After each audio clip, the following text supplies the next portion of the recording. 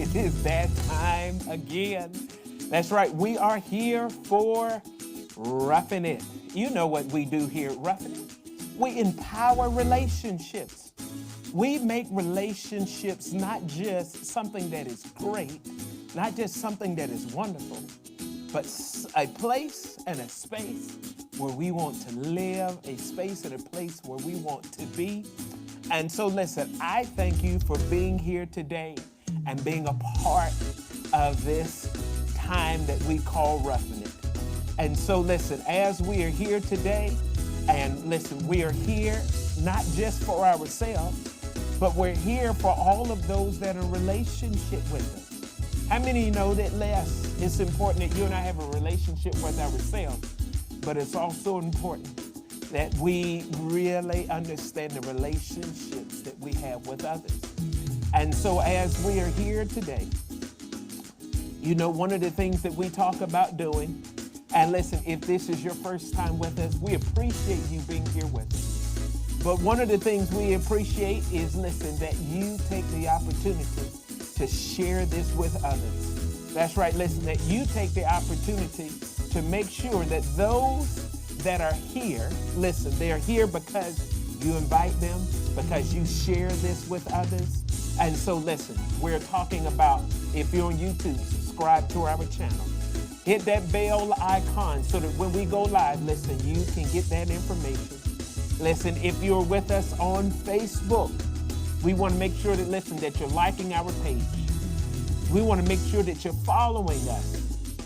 And like we always say, like, share, and follow. That's right, listen, like, share, and follow. And so listen, we are here today because we understand what happens when we come together to have the kind of relationships that make a difference in our lives and in those that are in our circle. And so listen, without further ado, I want to go ahead and dive into where we're going today. I want to go ahead and dive into where we need to understand this model for being in relationships and how do we resolve conflict? How do we resolve conflict? And so listen, here, once you look on the screen, if you are able to watch the screen, I know sometimes people are listening to us while they're driving or doing other things. And so, but here on the screen, I want you to notice, here's a quote that I have for you. And it says, people generally see what they look for and hear what they listen for. I want you to hear, listen, I want you to hear and see that again. People generally see what they look for and hear what they listen for. Now that is by Harper Lee. Harper Lee is someone who is an American writer, nationally acclaimed for her novel To Kill a Mockingbird. If you've been in school for any significant amount of time, that has probably been either a novel that you've had to read or one that you've been made aware of. And so here she says something that I think is really genuinely important. It's because, listen, we often see what we want to see, and we often hear what we want to hear. And because of that very element, sometimes the things that we're not hearing, the things that we're not seeing, are the things, listen, are the things that are important to resolving conflict. That's right. Those are the things that are important to resolving conflict. And so listen, so while we're talking about resolving conflict, now listen, we're on part 7 today. If you have missed any of the previous segments regarding resolving conflict in relationships, I would encourage you to really go back and to look at those, because we're so far down the spectrum that there's so much that we've covered as a foundation to where we're going today, and probably where we'll end up going next week, because I think next week we'll bring this to a close. And so it really helps us to be able to understand the foundation that we've set up to this point. And so one of the things that we also talk about here is the reference to who we are spiritually. Because when you talk about the relationships that we're in, those relationships cover those three dynamics. It talks about who we are spiritually, who we are soulishly being who we are intellectually, who we are emotionally, who we are in our bodies, and then who we are physically, right? So spirit, soul, and body has to do with every dynamic when it comes to our relationship. So with that being said, there's a scripture verse that we've been using throughout this particular time. And I want you to be able to see this scripture verse. Notice what it says here in Matthew chapter 18. Matthew 18, looking here at verse 15 through 16, it says in the Message translation, if a fellow believer hurts you, go and tell him, work it out between the two of you. If he listens, you've made a friend. Notice what the second part of that passage says. If he won't listen, take one or two others along so that the presence of witnesses will keep things honest, and try again. And so here, when we see this particular passage, it highlights some things that we've talked about over this entire segment. But it also highlights for you and I the recognition that, one, we're going to be hurt in relationships. I don't care how spiritual you may be. Listen, I don't care how intellectual you may be. I don't care how much you've studied, researched, and gathered around understanding relationships and people. The reality is that there's going to come a point in which something's going to be said or done, not because it was your intention, but it will be the experience that somebody will say that there's something that has happened that has hurt them as a result of your actions, good, bad, ugly, in between, or sometimes even unknowingly. And so he says, notice now, that when this occurs, there is a responsibility to resolve the conflict. And one of the things I like to highlight is that here, when we look at this spiritually, one of the things that makes this component or this layer to the solution to this kind of conflictual problem in a relationship is that he's highlighting that, listen, yes, do we have techniques? Yes, do we have options and different ways in which we may go about resolving that conflict? But what he's also saying is that when it comes to this conflict, that it needs to be resolved at the heart level. That, listen, if we just talk about techniques, which are important, if we just talk about concepts, which has its place, but if all of that never penetrates to the heart level, here's one of the things that I've learned, is that usually we will begin to take that from one relationship to the next. And so now we begin to have some baggage that we're taking from one relationship to the next relationship. And before you know it, we are carrying a lot of unnecessary issues into a relationship in which they can't solve, but they may trigger. They may say something that may hit against that old wound, that old scar, that tender area. And so therefore, it behooves you and I that when we're resolving conflict in relationships, that we're just not doing it for the sake of that moment. We're just not doing it for the sake of that relationship or for the sake of that person. We're doing it for the sake of our soul. And so that we might be well also, not just in this moment, but also in other moments with other relationships, because we don't want to take old baggage. We don't want to take old unresolved conflicts and carry them into another relationship.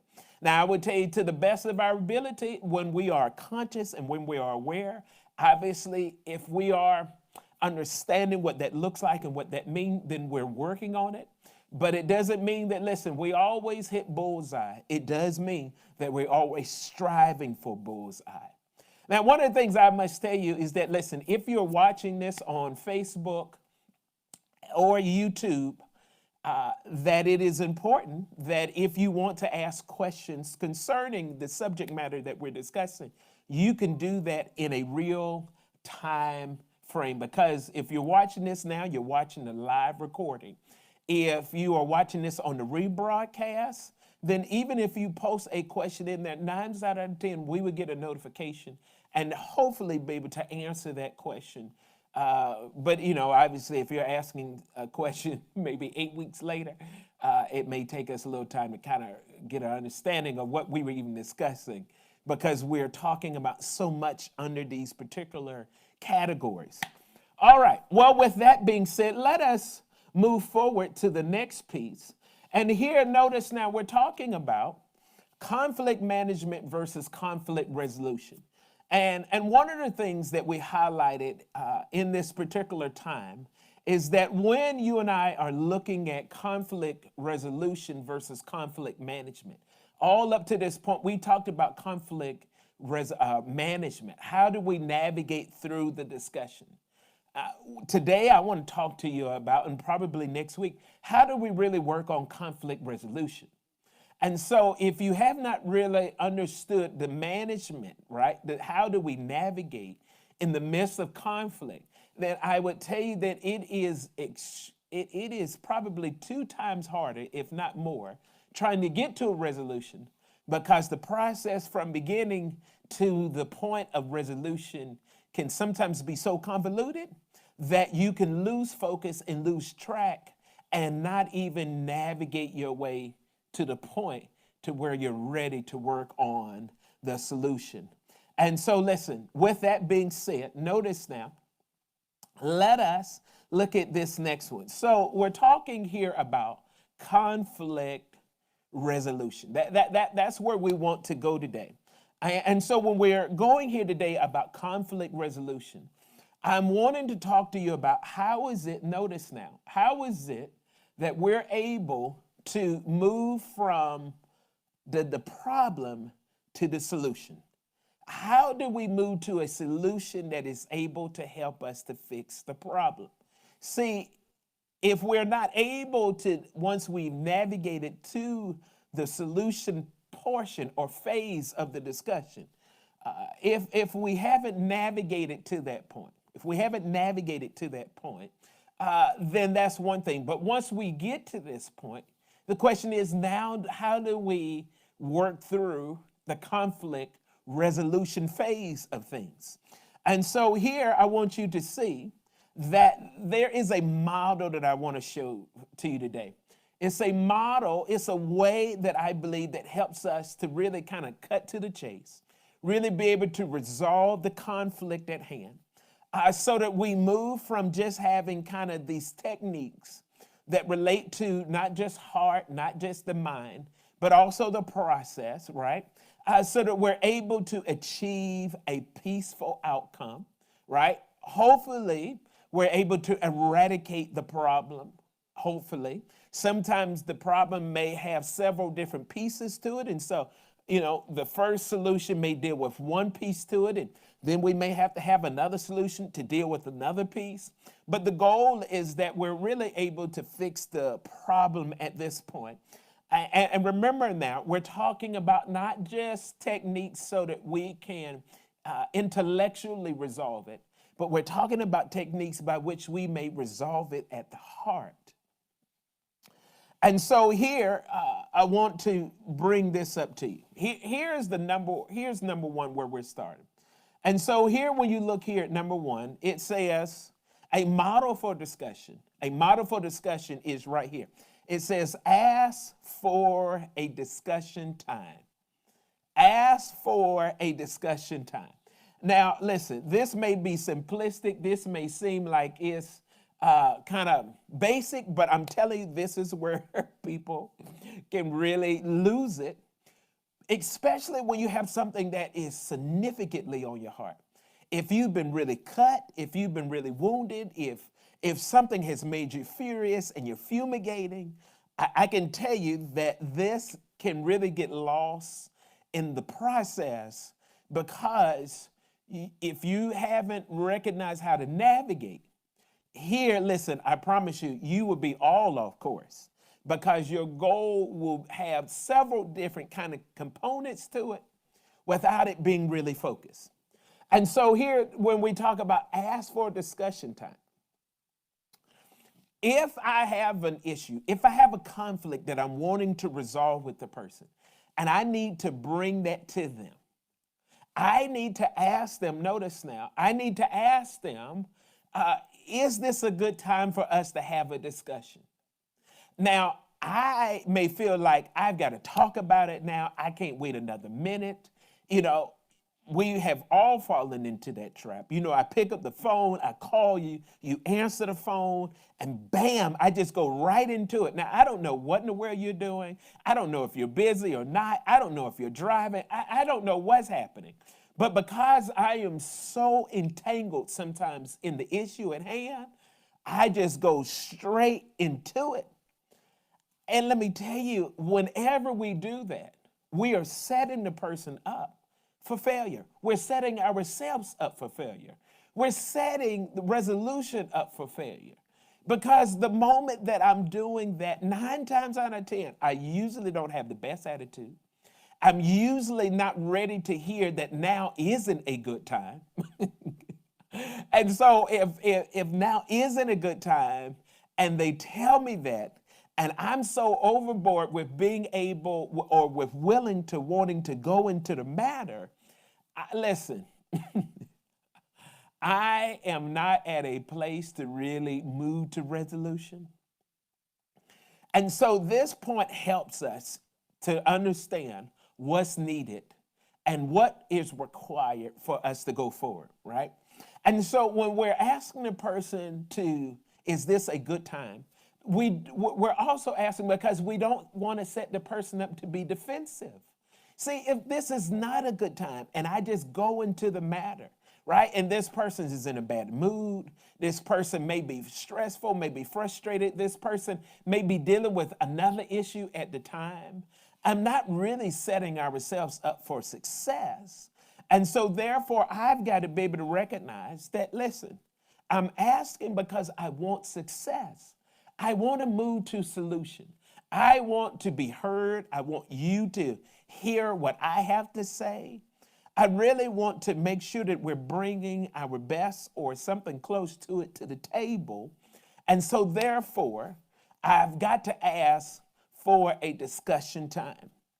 Now, what happens if the person says that this isn't a good time? Then I would tell you that it's best practice to look for a time that is within the next 24 hours for you all to be able to discuss the matter. You don't want to sweep this under the rug.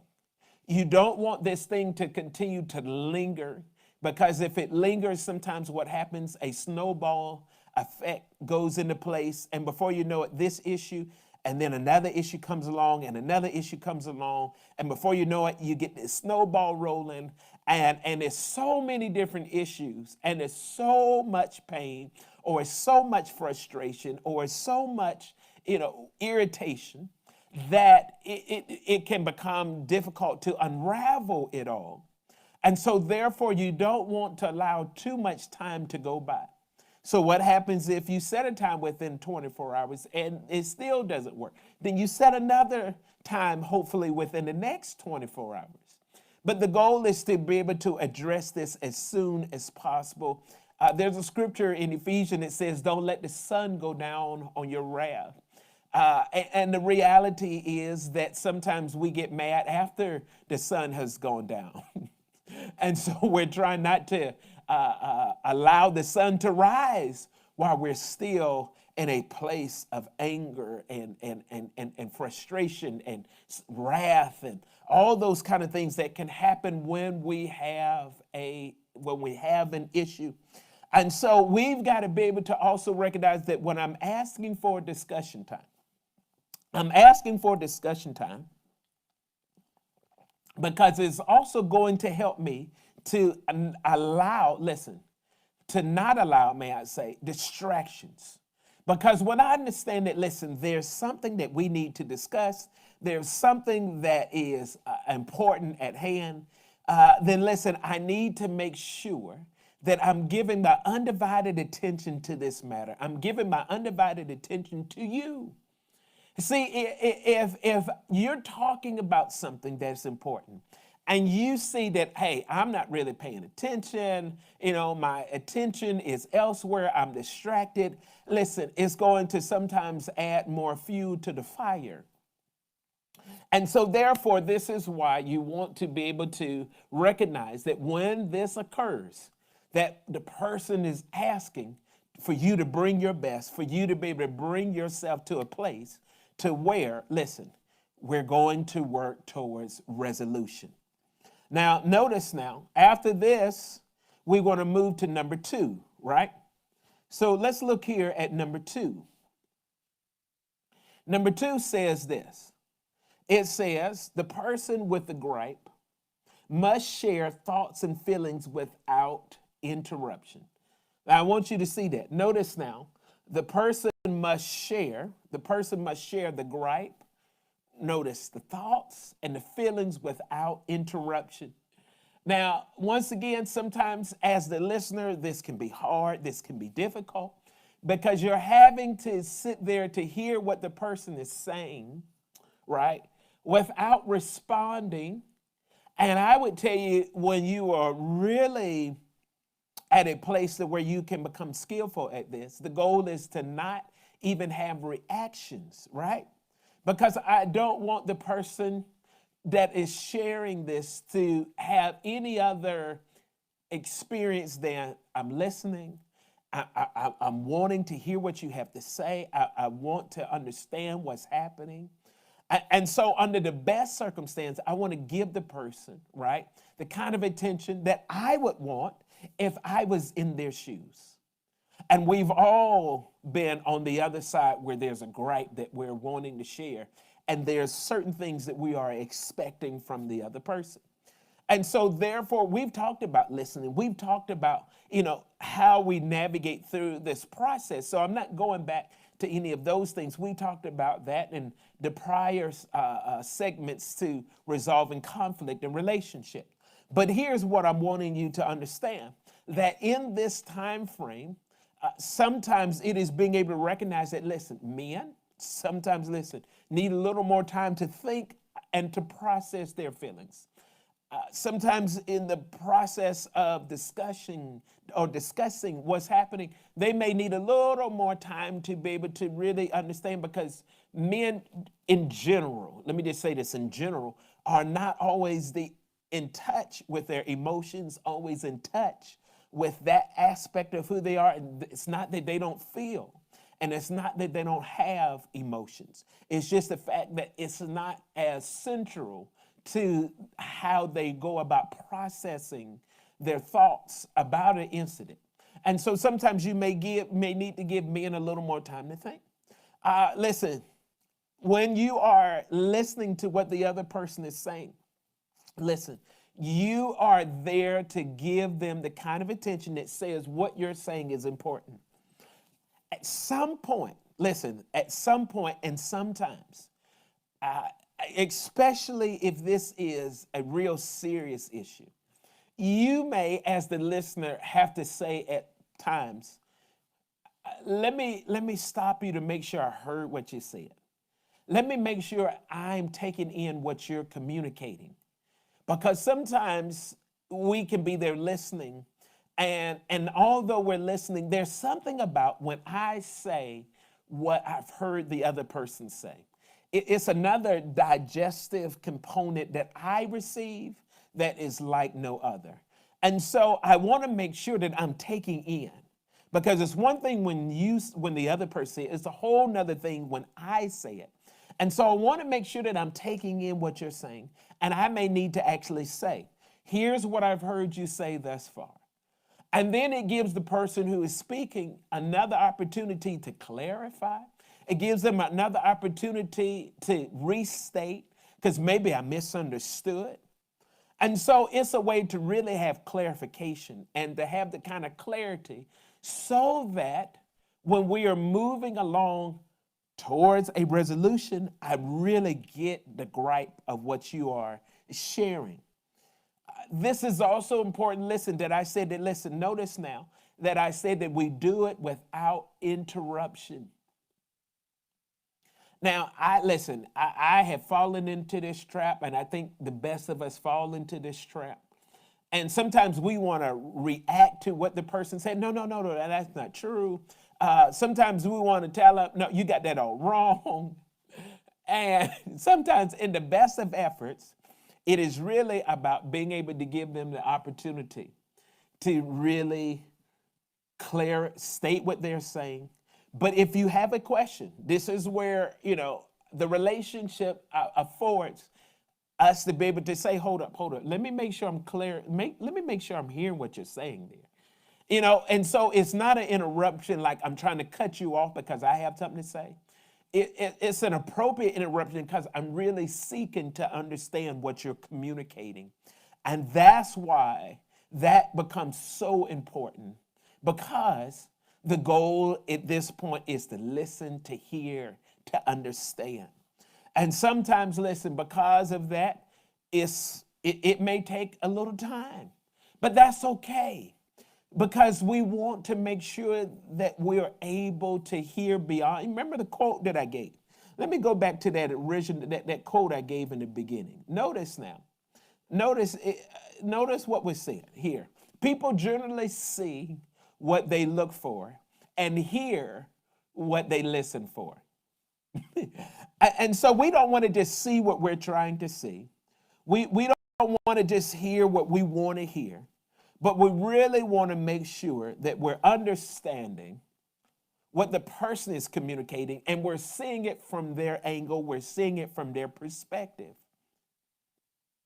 So when you have that understanding and you have that goal in mind at this stage, it really begins to help you to then move to the next stage. And here's what number 3 says. Number 3 says the listener must share the thoughts and feelings without interruption. Now, here's where, listen, you've been on the listening side to the person who initiated the conversation. They said, hey, there's something I want to talk to you about. Do you have a time to talk about it? That person has shared, right, their thoughts and their feelings, right? And so you've had a chance to hear. Now here is your chance to be able to talk about that particular issue as it relates to what they were sharing. Maybe there's some other information that you have. Maybe there's some other impact that you had that they were not aware of when maybe this incident occurred, or maybe when this experience was taking place. And so it's important that the person hears what you have to say and can listen to what you have to say. And they should afford you the same opportunity that you gave them, right? To share without interruption, to be able to hear what you have to say. Listen, to clarify, to get clarity. If there was something that was being said that maybe they misunderstood that you were communicating, the same opportunity that you gave him or her is now being afforded to you. And once you have shared and the other person has shared, at this point, there's really nothing else about the problem to discuss. Now, let me tell you what often happens. When people don't feel like they have been heard, this is when they keep saying the same thing over and over. And sometimes we, the listener, is like, why do you keep saying that? I heard you. I understood you. Well, sometimes the reason why they say it is because they don't think that you heard them. They don't think that you understood them. And that's why I was saying that this is why in the process of that person communicating, you may need to say, hold up, let me make sure I'm hearing what you're saying, so that the person can actually hear you say to them, here's what I understood you were communicating.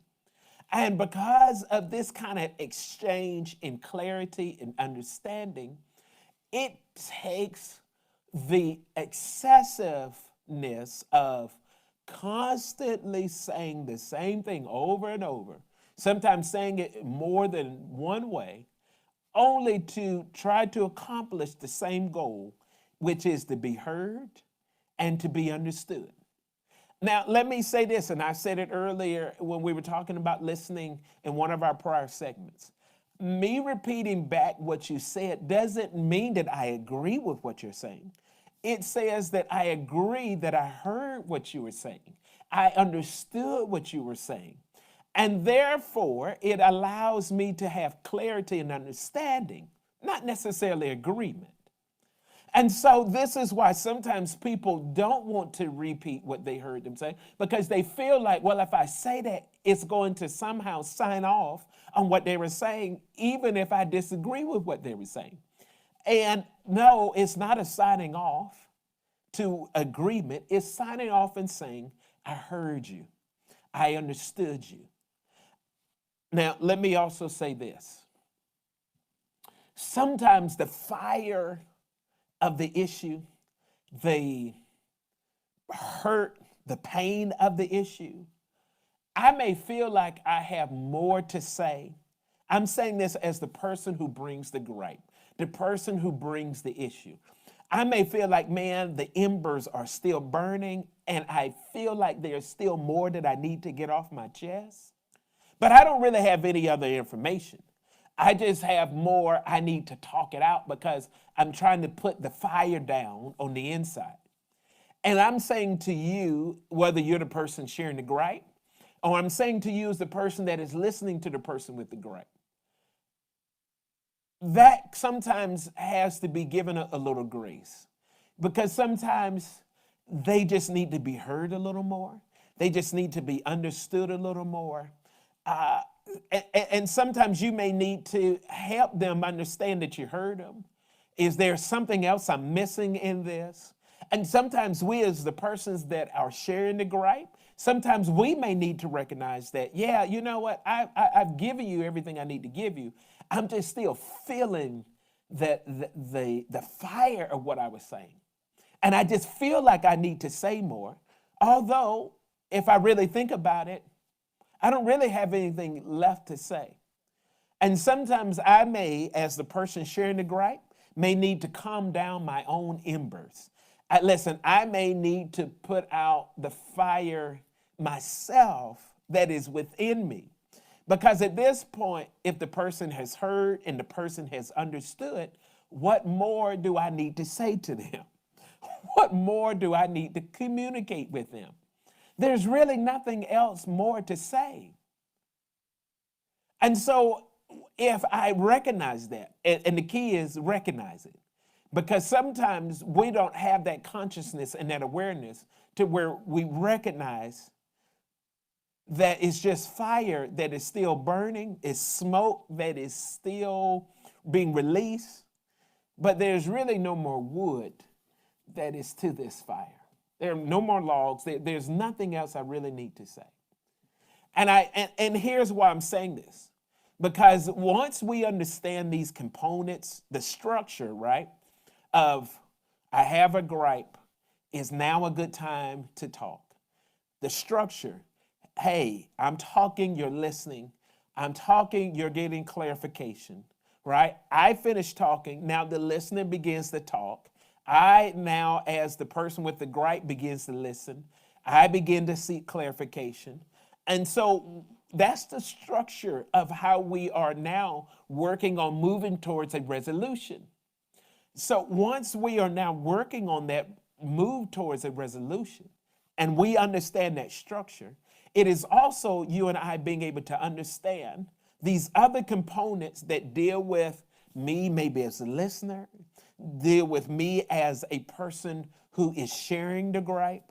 And so once I can really understand these other variables, I promise you, it will cut out a lot of unnecessary time and a lot of excessive talking about the issue that the other party has already understood. Well, once again, if you have questions about what it is that we are discussing, please be sure to put those in the comment section so that I might be able to see them and be able to answer them. Because as much as this is clear to me, I want to make sure that it's clear to you. Because this becomes very important in the resolution phase. And I want to make sure that you have the kind of clarity that moves you to a resolution. Now, once we've come to this place of where we understand the problem, and that's key, we understand the problem, we now can move to this next one. And this next one here, let me bring it up on the screen for you, is when we move from sharing the problem to solution. Notice now, we move from sharing the problem to solution. Solution being desires, wants, options. Those are just some of the examples. But this is where, listen, we are now past the problem in terms of understanding it. There's nothing more that I need to communicate with you about the problem. There's nothing more that you as the listener needs to communicate with me about the problem. We get the problem. We understand the problem. So now we need to focus on the solution. And because we are now going to focus on the solution, there's really no need to bring up the problem from the standpoint of understanding the problem. We only really need to bring up the problem from the standpoint of how is the solution going to fix the problem. And here's where, listen, a lot of times people don't get to this place. A lot of times people are sometimes so, they're so exhausted by the previous steps that we just discussed because they didn't execute them in the way that we discussed it, that they are just like, I'm tired, I don't want to talk about it anymore, I've run out of emotional juice, I don't really have the stamina or endurance. And granted now, let me just say this. There are sometimes issues that are so intense that, listen, it may take us a little while to work through what we just talked about. It may be that, listen, we're working the process, but this is no real sort of kind of shortcut.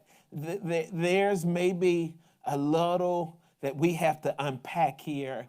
And if that's the case, that's okay, because we can structurally follow that we're making progress and that we're not excessively going over a bunch of things that are not really germane to moving through the problem.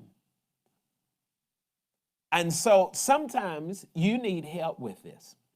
Sometimes you need a therapist. Sometimes you need a mediator. You need a life coach, somebody that can kind of referee the situation, because you may have a tendency to like step out of bounds. You know, if I could use a sports analogy, you may have a tendency to listen, just get, take a rabbit trail and get lost in all the matter.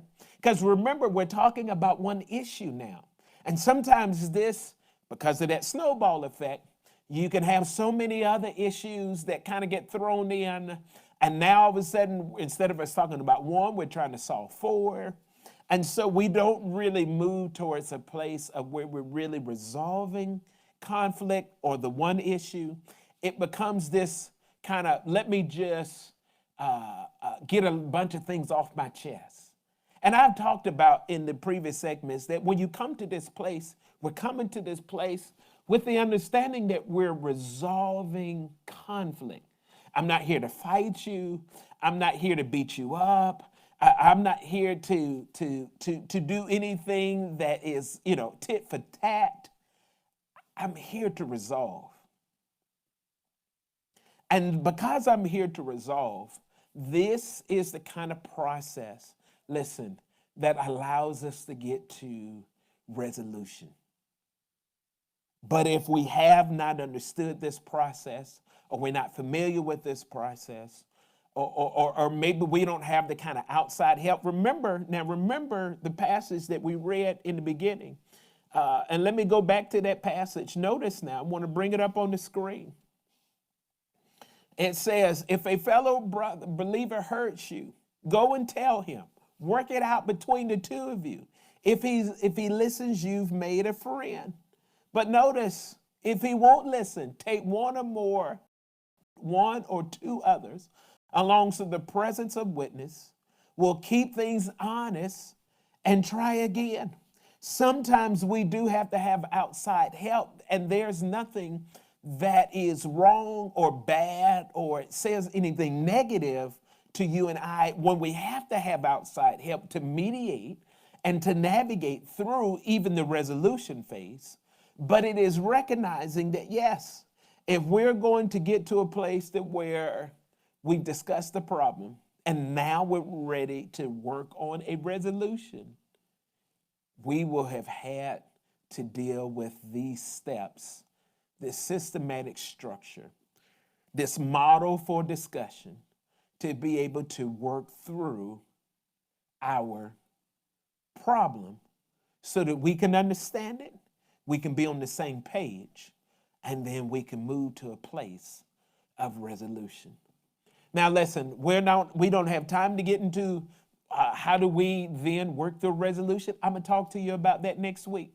What do we do now that we've identified and talked through the problem? How do we now move through the resolution phase so that we can solve the problem, maybe even eradicate the problem, or come up with solutions that's going to help us to really manage this, because maybe there is no real solution per se, but we're going to handle this better. And so with that, this is where resolution becomes important, because now we understand the problem. And a problem that's well-defined is a problem that's half solved. Let me say that again. A problem that's well-defined is a problem that's half solved. And so, listen, I just want to thank you today. Listen, if you have any questions, I don't see any at this point. And so, listen, I want to thank you so much for being here, being a part of this time of Roughing It. Because, listen, we've been here to be able to talk about how do we resolve conflict? How do we resolve that? Because we understand what it means to be able to have a conflict, to have a problem, but then to also be able to work through the resolution. And so here, listen, I just thank you so much for you being a part of what we have discussed today. I thank you so much that not only are you a part of what we discussed today, but I thank you, listen, for helping us in how we make this happen. You say, well, how can you help us? This is where I'm saying that you partner with us. Now, listen, this is where I'm saying that you would partner with Roughing It. Now, you may say, how do you partner with Roughing It? I'm asking financially. You can do that by partnering with us by your financial giving through Cash App. You can partner with us in your financial giving, listen, through PayPal. And as you're looking on the screen and you're seeing those different options with Cash App and PayPal, or maybe even writing a check or sending a money order, as you see our mailing address right there on the screen, listen, we thank you so much for your financial support in your partnership with making Roughing It happen. Listen, and so listen, we are,